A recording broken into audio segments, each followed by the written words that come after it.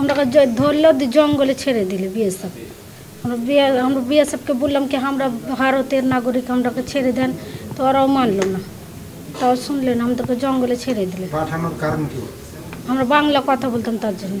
কুড়িগ্রামে সীমান্ত দিয়ে বাংলাদেশে পুশিন হওয়া 6 জনের মধ্যে ভারতীয় গর্ভবতী নারী সোনালী খাতুন ও তার ছেলে সাব্বির শেখকে বিএসএফ এর কাছে হস্তান্তর করেছে বিজিবি।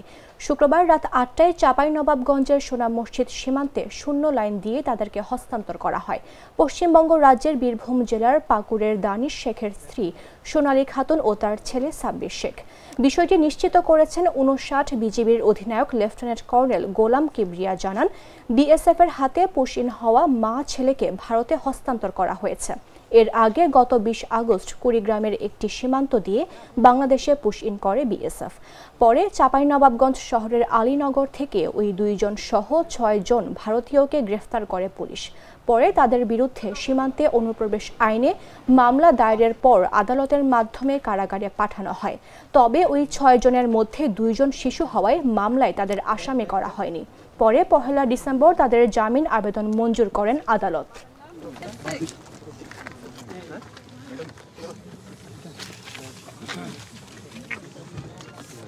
আমরা ধরলো জঙ্গলে ছেড়ে দিলে বিএসএফ। আমরা বিএসএফকে বললাম কি আমরা ভারতের নাগরিক, আমরাকে ছেড়ে দেন, তো ওরাও মানলো না, তাও শুনলেন আমাদেরকে জঙ্গলে ছেড়ে দিলে। পাঠানোর কারণ কি? আমরা বাংলা কথা বলতাম তার জন্য। আধার কার্ড মাঠ সব দেখলাম, তাও বিশ্বাস করলেন না। বাংলাদেশকে বলছি কি ধন্যবাদ, কি আমার নামাজ চলছে, প্রেগনেন্সির কখনো বাচ্চা হতে পারে, তার জন্য আমি যেয়েছি। আর বাংলাদেশেরও সরকার খুবই ভালো, কি আমরাকে যেতে দিচ্ছে, কোনো সমস্যা দেয় না। ওকে ধন্যবাদ। কুড়িগ্রাম সীমান্ত দিয়ে 6 জন ভারতীয় নাগরিককে জোরপূর্বক বাংলাদেশে পুশিন করে।